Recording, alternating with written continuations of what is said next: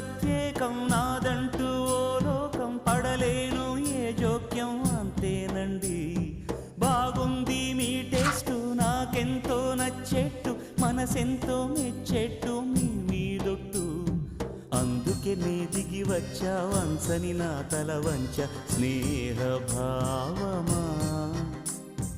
అందుకే